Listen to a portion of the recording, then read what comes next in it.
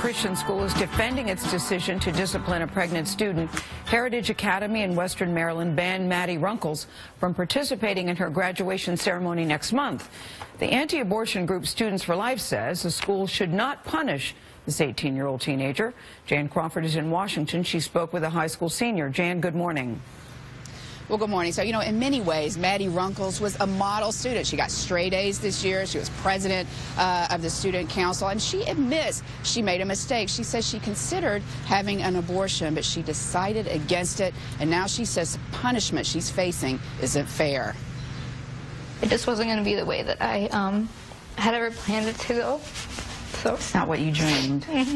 Maddi Runkles knew she'd have to put her college plans on hold and face consequences at her Christian high school after learning she was pregnant.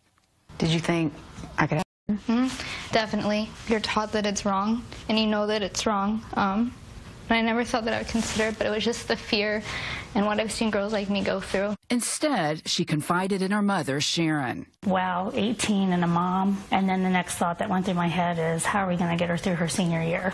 Students at Heritage Academy sign a pledge, which includes a promise for abstaining from sexual immorality. School officials suspended Runkles for 2 days and removed her from leadership roles in student organizations. They also banned her from walking in her graduation ceremony next month. So it's just dragging out my punishments, continual punishment. What did you think the punishment should have been? Just what happened to the other kids who broke the student code.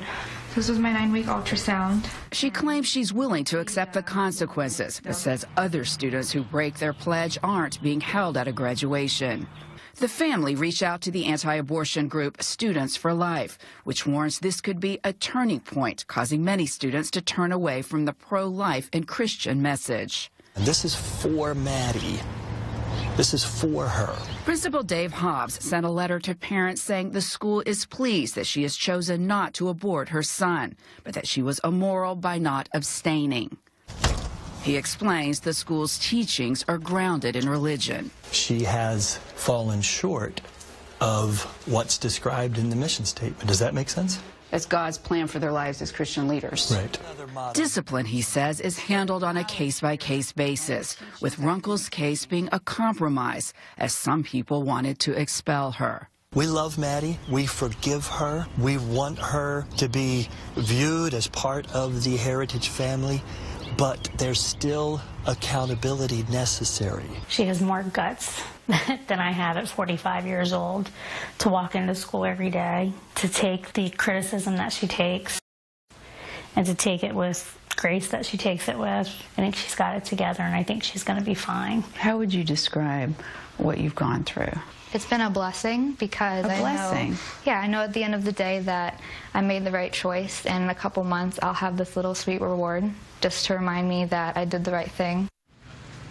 Now, Maddi Runkles has still been able to attend classes, and she will get her diploma. She just won't be able to walk with her 14 other classmates. Now, the baby's father, by the way, is not a student at the school, and the baby boy is due in September. Maddi said that she's planning to name him Grayson as a nod to God's grace and forgiveness. Nora? Jan, thank you. Well, no doubt this story will engender a lot of opinions on both sides. Lots of conversation. I was glad Jan let us know about the baby's father, because I was thinking, does he get to walk? But he's not a student at the school, so it's a non-issue there. And an element of the Christian message is forgiveness. Yes. It is indeed. All right, ahead and first on CBS.